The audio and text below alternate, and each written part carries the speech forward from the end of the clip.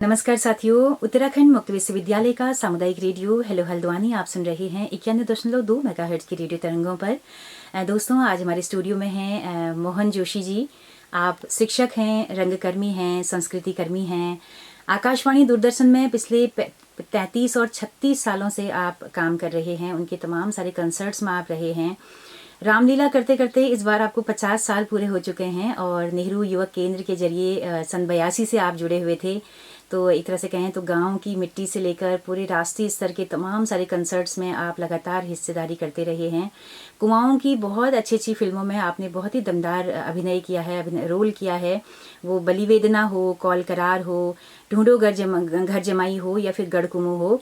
उसके अलावा लखनऊ दूरदर्शन केंद्र के द्वारा राजुला मालूसाही पर एक सीरियल बनाया गया था जिसकी पटकथा हमारे जुगल किशोर पेटशाली जी ने लिखी थी। तो उसमें आपने कई सारा रोल आपने किया है और दीवान कनवाल जी के साथ में लगातार आप इस सीरीज में बने रहे हैं।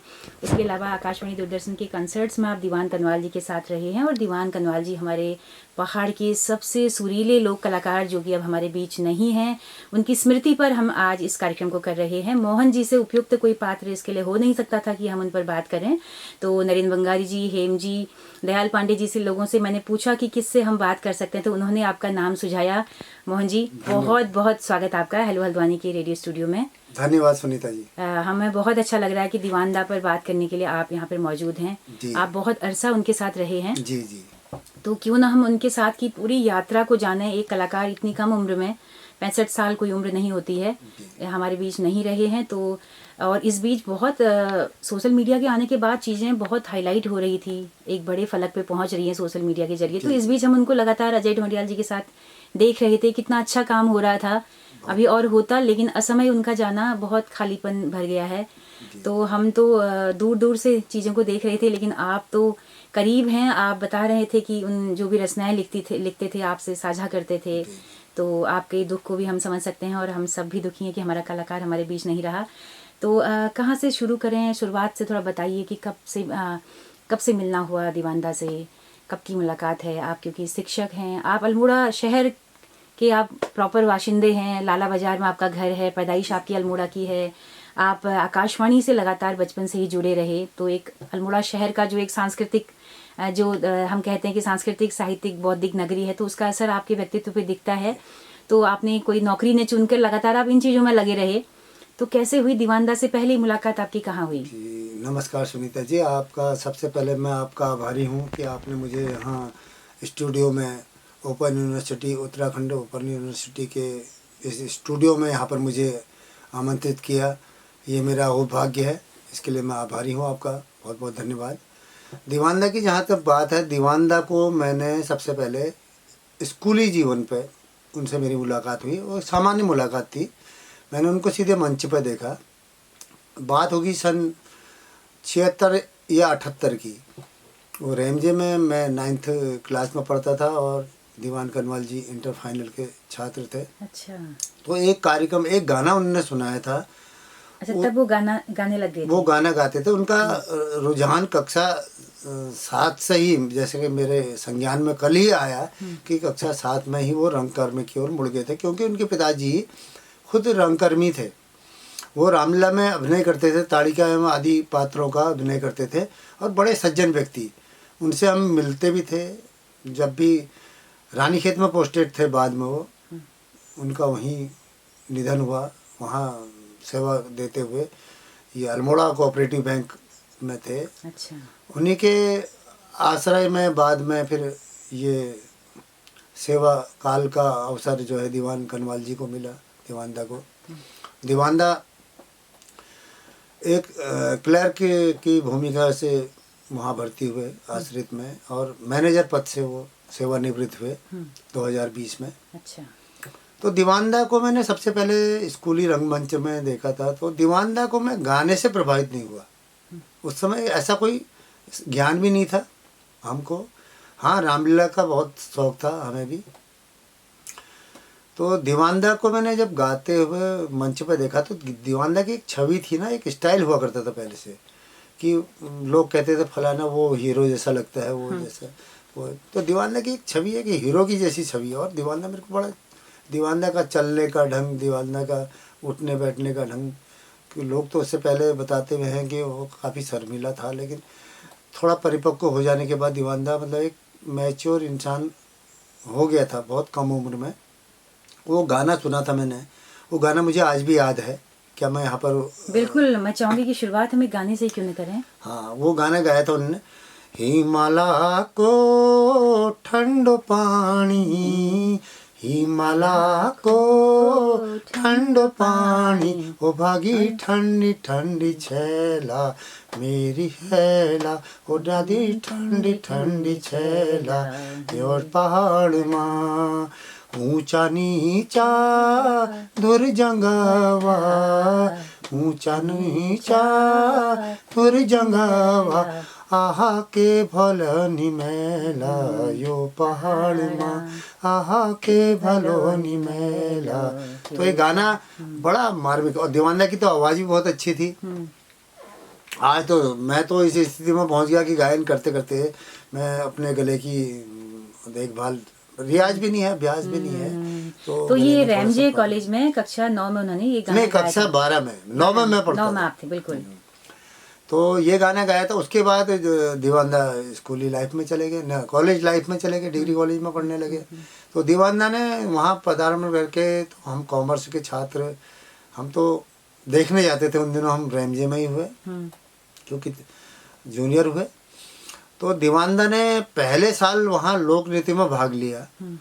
तो सुनीता जी, आपको जान के आश्चर्य होगा कि दीवान कनवाल वहाँ उतरे और गायन और हुड़का लेकर उन्होंने डांस किया। शायद मेरे ख्याल से ऐसा कोई भी आज तक का कोई कलाकार नहीं देखा जो हुड़का लेके तेज नृत्य कर सके। ओह वाह। और वो सर्वश्रेष्ठ नर्तक निकले। क्या बात है। ये जो अल्मोड़ा के हमारे सालाना जो सांस्कृतिक जो कार्यक्रम होते थे, 3 दिवसीय जो कार्यक्रम होते थे, तब भी होते थे वो आपके समय में? हमारे समय में तो और सुपर होते थे। क्या बात है। मतलब वो तीनों का, हाँ, बहुत ही शानदार होते उसमें थे। लोग वो कॉमर्स का अलग, आर्ट्स का अलग, जी, पांचों संकाय, पांचों और बीएड और लॉ। हाँ, बिल्कुल। तो पांचों संकाय के 3-3 कार्यक्रम रहते थे, लोक नृत्य, प्रहसन यानी हास्य नाटिका और नाटक।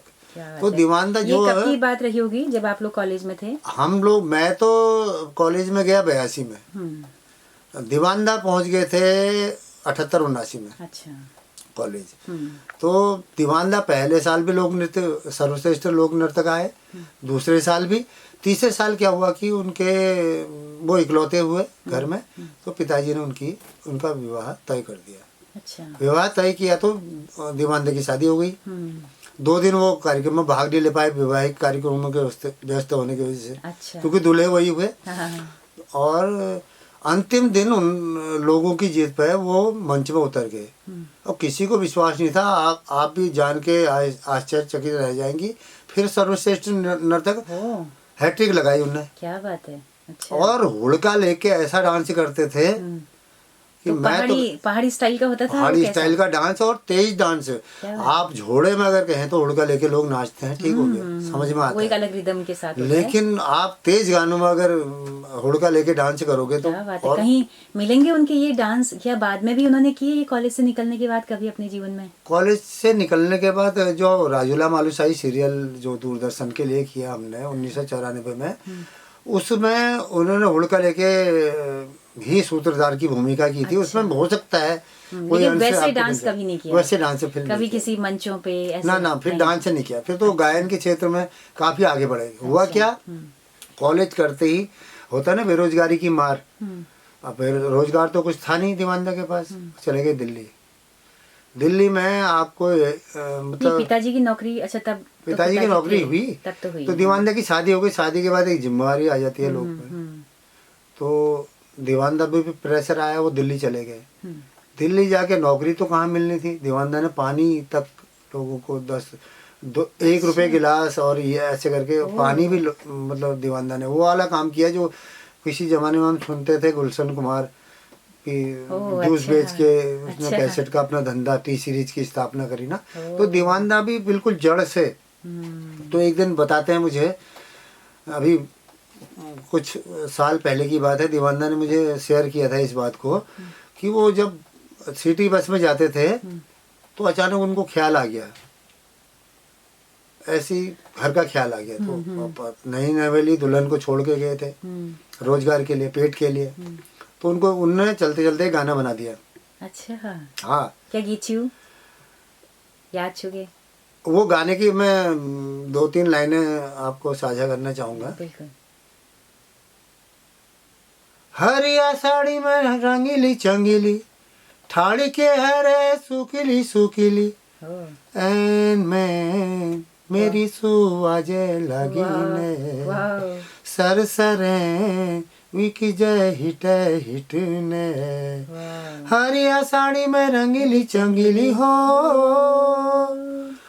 पाल पोरु साल लाम बटी छुटी आयूं घर, सुआ की रंगली चुड़ी साड़ी लायूं घर, रंगीली झांवरी संग लायूं घर, झांवरों की झणमण उसी जय सुनी ने, झांवरों की झणमण उसी जय सुनी ने, एन में मेरी सुआजे लगी ने। अब इससे पता लगता है मैन वाला तो क्या शानदार लग रहा है। इससे पता लगता है ना दीवानदा के अंदर लोक कितना बसा था, लोक एन मैन। और ये छोटी छोटी चीजें आप उनके गानों में भी वो अपनी सुहा को पहाड़ी उसको जिसकी छवि देख रहे हैं, उनकी कल्पना कर रहे हैं और वो कल्पना में उस यादों को जागृत करने की कोशिश करें जो कि हमारे पहाड़ में होती हैं, और वही भाषा का प्रयोग वो करते थे। ऐसे ऐसे शब्द दीवानदा के गानों में आपको मिलेंगे कि जो बड़े दुर्लभ होते हैं। क्या बात है। तो फिर क्या लौटे इसके बाद? फिर दीवानदा क्या है, दीवानदा को एक वो मिला प्रस्ताव, ये क्या नाम कहते हैं, मेघा, जो कुमाऊनी पहली फिल्म बनी थी। पहली कुमाऊनी जो फिल्म बनी थी मेघा, तो उसमें उनको गायन के लिए वो दिया गया, दीवानदा सकपा गया गया। दीवानदा ने कहा फिल्म में गाना बहुत ही बड़ी बात हुई। तो तब तक क्या वो लोकप्रिय थे थोड़ा बहुत? वैसी लोकल स्तर पे तो जानते होंगे उनको? आकाशवाणी भी नहीं था। कौन थे मेघा के डायरेक्टर, कौन थे? वो थे कोई बिजजी थे। अच्छा। ये क्या नाम कहते हैं, स्टेट बैंक से, स्टेट बैंक में पीओ से उनने रिजाइन करके ये फिल्म बनाई। तो उस समय उमेश बिष्ट। अच्छा, उस समय और कौन से गायक कलाकार थे जो ऑलरेडी फिल्मों में गा रहे थे? क्या ऐसे थे यहाँ पर उत्तराखंड में? फिल्मों में किसी ने भी मेरी नजर में की ऐसा कुमाऊं से फिल्मी मेघा थी, कुमाऊं से तो कोई भी नहीं था। और मंची गायक कलाकार थे उसमें? मंची गायक कलाकार हुए। गायक कलाकार क्या हुए? हीरा सिंह राणा उसमें गा रहे होंगे। गोपाल बाबू गोस्वामी तो हुए। ये तो हुई। तो और नयों में मतलब दीवानदा ही थे। नैन नाथ रावल जी भी गा रहे होंगे उसमें। वो पुरानों में तो हुई है। और ये इनकी भूमिका क्या रहती थी कि कैसेट निकाल ली या रेडियो में गा दिया, लेकिन दीवानदा मंच में नर्तक के लिए गाता था। नर्तक नर्तकियों के लिए जो गाना होता है उसको गाता था। और ये लोग उसमें ये नहीं कर रहे थे। तो दीवानदा ने एक तरह से इस तरह से शुरुआत की। बिल्कुल। और दीवानदा का एक और महत्वपूर्ण पहलू बताता हूँ मैं। हुड़का लेके डांस तो करते थे, अकेले हुड़के में हुड़का बजा के गायन करके, उनके संग कोई रिदम नहीं, खाली थाली का रिदम। अच्छा। दीवानदा ने जो है रमौल एक हमारी लोक गाथा है। रमौल मैंने कई बार कराया है सुनीता जी। तो एक बार मैं वहाँ भी ले गया था दीवानदा को। रामनगर में एक बसंतोत्सव पे कार्यक्रम होता है, उत्तराखंड का एक कंपटीशन होता है। अच्छा। वो कंपटीशन 5 दिन का होता है। तो उस कंपटीशन में साथ ही गए थे हम। दीवानदा संगीत निर्देशक थे, मैं निर्देशक था। तो दीवानदा ने वो अकेले ऐसा समा बांध दिया रमौल का कि जहाँ पर क्रोध होता था या आक्रोश होता था वो आवाज़ निकलती थी, यहाँ पर मेलोडी वहाँ पर वो। दीवानदा में वो क्वालिटी थी, वो अकेले ही संभाल लेते थे सारा रिदम भी। क्या बात है। हाँ।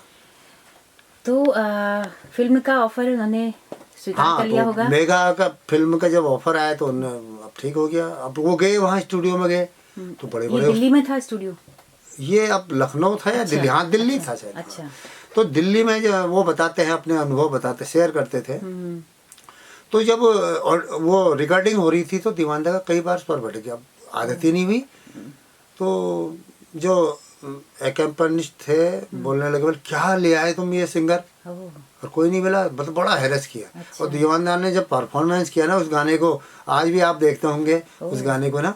कौन सा गाना था, कुछ याद है आपको? यो डाना कपारा देखी छो न्यारा न्यारा, यो डाना का पारा देखी छो न्यारा न्यारा जब तू अजय छे बहारा अजय छो बहारा या मेरो कुमाऊं वहाँ तेरो गढ़वाला या मेरो कुमाऊं वहाँ तेरो गढ़वाला डोली में बेबेरा लीजो लो तबेरा लीजो लो कबेरा।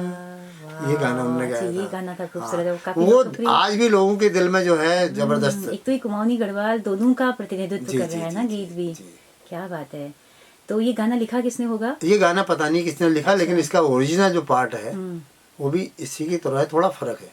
वो गाना भी मैं आपको बताऊंगा जो ओरिजिनल है। असल में ये गाने को गाते थे शंकर उप्रेती जी, आकाशवाणी नजीबाबाद से शुरू में। अच्छा। तब वो आकाशवाणी में सेवारत नहीं थे, एक कलाकार के रूप में थे। आकाशवाणी नजीबाबाद की बिहाई ग्रेड के कलाकार रहे वो अपनी ज़िंदगी में। उन्होंने ये गाने को गाया तो फर्स्ट बार उन्हीं के मुंह से मैंने ये गाना सुना, बाद में मेघा में ही सुना। वो बोल तो यही थे लेकिन थोड़ा फर्क था, चेंज था। यो डाना का पारा देखी छो न्यारा न्यारा देखी छो न्यारा न्यारा तुए जाए दुनिया की माया मारा तुए जावे दुनिया की माया मारा बाज की बजानी बुरू सी फूली धारा बाज की बजानी बुरू सी फूली धारा सूजा सी लगी छे जब जची धारा पारा उकावा हुलारा को बाटा धारा धारा को बाटा धारा धारा तुए जावे दुनिया की माया मारा। आज भी आकाशवाणी के तो इसकी धुन भी एकदम अलग है और इसके बोल भी अलग है जी ना? जी जी। ये ओरिजिनल गाना ये था, ये बनाया गया वहाँ फिल्मी स्टाइल में, उसको बनाया लिखा गया।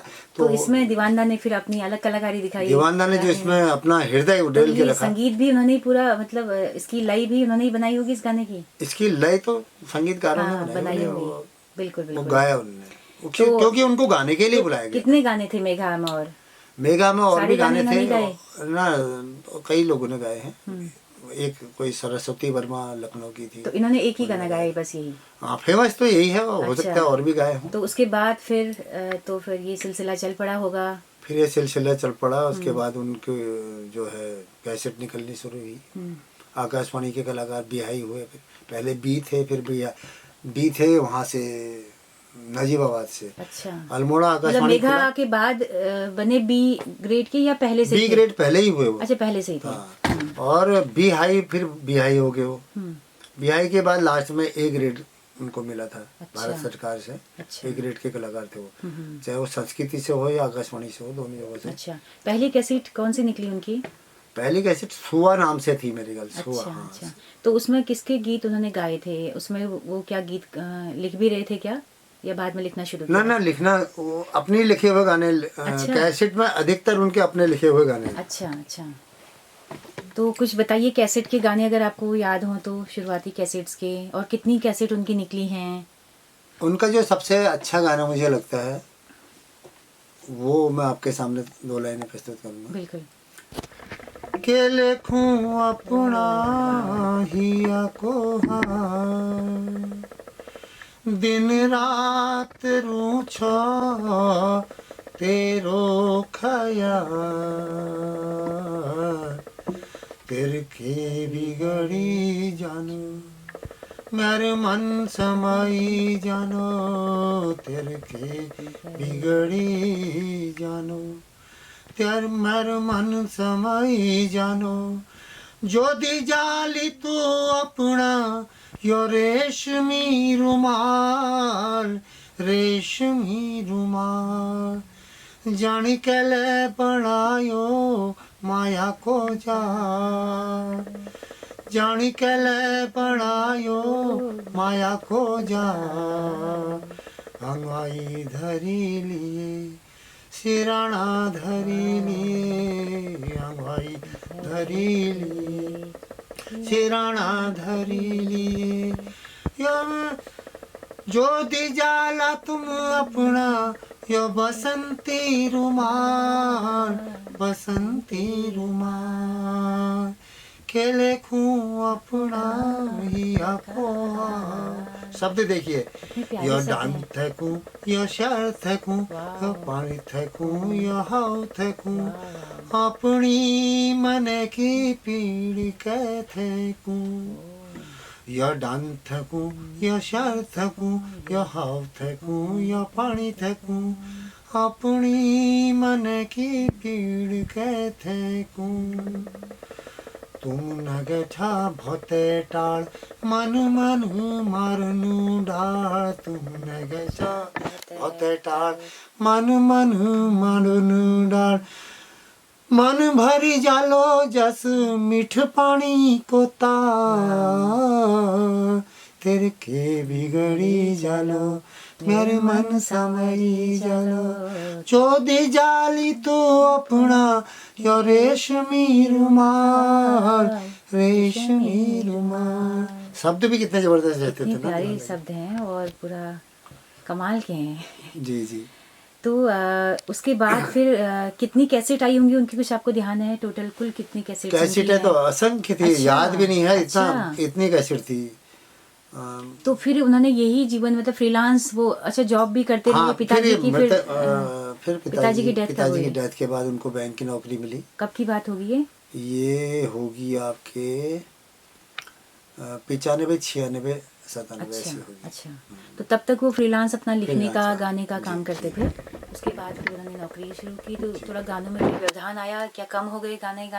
ना गाने तो रेगुलर गाते रहे, मंच में गाते रहे, तो गाने गाते रहे। और उसके अलावा हुक्का क्लब की रामलीला में उनका महत्वपूर्ण योगदान था। अच्छा, अनेक भूमिकाएं उन्होंने निभाई। लास्ट में भी अभी पिछले साल मैं अल्मोड़ा में मैं भी एक रामलीला में दशरथ था। मैं रामलीला करा भी रहा था, मजबूरी में मुझे बनना पड़ा। तो हुक्का क्लब की रामलीला में दशरथ हुए वो लगातार। अच्छा, जीवंत अभिनय करते थे, जीवंत अभिनय। अच्छा, आप यूट्यूब में उनको देख सकती हैं अभी भी, वो सब रामलीला का पुट जो है। बिल्कुल, अभी भी लोगों ने श्रद्धांजलि में भी उनका वो वाला दशरथ वाला रोल डाला था, अल्मोड़ा लक्ष्मी भंडार के कुछ सदस्यों ने। अच्छा जी। तो उसके बाद बताइए कौन कौन सी फिल्मों में वो रहे, कहाँ, और उसके बाद किन किन फिल्मों में उन्होंने गाया थोड़ा सा? उन्होंने आकाशवाणी के लिए कई एक जो स्किट बनते हैं या फीचर बनते हैं, कई इन चीज़ों में उन्होंने जो है वहाँ आकाशवाणी में मेन उनकी आवाज़ हुआ करती थी। जैसे काफल पाको मैलनी चाको, दिन दीदी जाग जाग, और ये क्या थे गाने? ये एक लोक कथा हुई। तो ये उसमें क्या करते थे? गायन। अच्छा, गायन मेन गायक यही हुआ करते थे। अच्छा, तो आकाशवाणी अल्मोड़ा, आकाशवाणी नजीमाबाद, आकाशवाणी लखनऊ, आकाशवाणी दिल्ली, कहीं भी आकाशवाणी का कोई पास अगर कलाकार है तो कहीं भी गा सकता है। अच्छा, तो जगह जगह जाते रहते थे। आप लोग ने कितने कंसर्ट साथ में किए हैं? कंसर्ट मैंने शुरुआत मेरी रही 1991 में कंसर्ट में जाने की, दीवानदारी लेके। उस समय आकाशवाणी में जो है, अब तो दल बाद के टाइम में तो दल बन गए थे, उनका ऑडिशन होता था, सब ऑडिशन दे के ही पास होते थे। उस समय कोई नहीं, कलाकार वैसे ले गए दीवानदार। जो पास थे या नहीं थे, नर्तक भी हुआ करते थे, उनको इकट्ठा किया और ले गए। पहला कंसर्ट हमने किया था रेलवे के लिए, आकाशवाणी अल्मोड़ा के तत्वाधान में। अच्छा, वहाँ जो है आकाशवाणी बनारस में हमने वो कार्यक्रम किया था।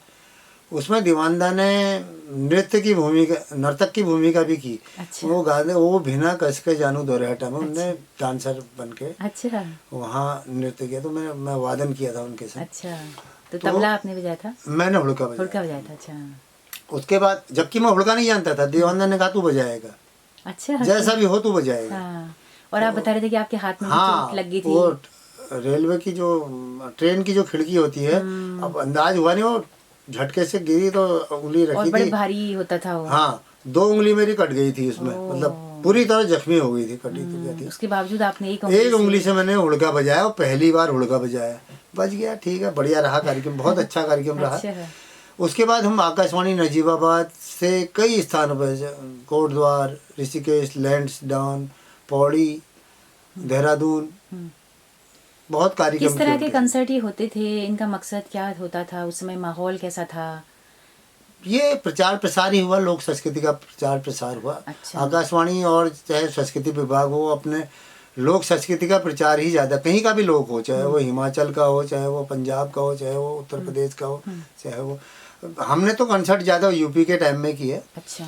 एक कार्यक्रम में हम गए थे, 50वां वर्ष था आकाशवाणी पटना। अच्छा। आकाशवाणी पटना का बड़ा बुरा अनुभव है, मतलब वहाँ तो क्या है कि रिजर्वेशन भी नहीं मिलना, और ये वो रेलवे स्टेशन में भी अपना पूरा टाइम बिताना, बहुत लंबा। और वहाँ भी हम शुरू कर देते थे तो लोग इकट्ठे हो जाते थे। अच्छा, रेलवे स्टेशन में ही गाना वहीं शुरू हो जाता था, और जिस डिब्बे पे हम जाते थे तो सारे लोग अन्य डिब्बों से भी उतर के हमारी अच्छा हो जाते थे। ये दीवानदा की आवाज़ हुई, हाँ, दीवानदा की आवाज़, दीवानदा को तो दूर ये से लोग कहो आप, खींचे चले आते जी, होंगे। दीवानदा को आप कुमाऊं का किशोर कुमार भी कह सकते हो, मोहम्मद रफ़ी भी कह सकते हो, मन्ना डे भी कह सकते हो। हाँ, मन्ना डे कह हाँ, सकते हैं, कमाल। दीवानदा ने गजल भी बहुत गाई, कुमाऊनी में बहुत गजल भी गाई। अच्छा। अब वो कोई मेरे को बोल याद नहीं आ रहे, बहुत देर से मैं वही सोचने में था कि उनने क्या गाया था, एक वो उस याद आज नहीं आ रही आज मुझे। से के समय का सोशल मीडिया का दौर होता तो उसमें कितनी उनकी बिल्कुल वो सब यादें रेलवे होती, स्टेशन से सबके रीलें मोबाइल वायरल को, हो जाती। बिल्कुल बिल्कुल। लोग रील बनाते हैं। आज जो है हमारे जो भी लोग गीत है, चाहे झम लगे मेरी सुबह है, चाहे वो चाह को होटल है, चाहे वो अभी अलमोड़ा बाजार कमला न मारे ढसका ना, अभी ये तो जो कंसर्ट गाने में गाने खुद के गाते थे दीवानदा या दूसरों के भी गाए हैं? दीवानदा ने अपने अपने ही गाने। अपने तो गाने या लोक प्रचलित।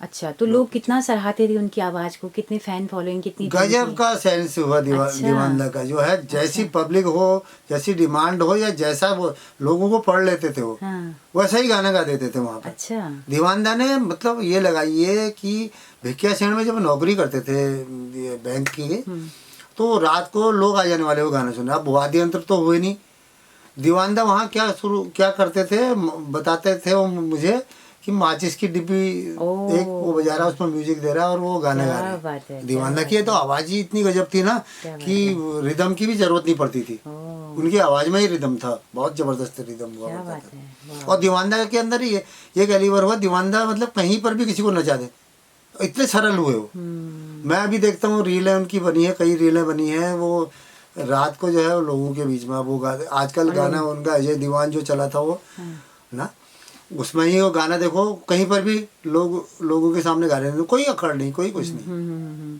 तो उनके आपने धुनों की बात की कि म्यूजिक की जरूरत भी नहीं थी, कोई एक ऐसा गाना आप अपने लिस्ट में से बताइए जिसको यहाँ पे थोड़ा सा गा सकें।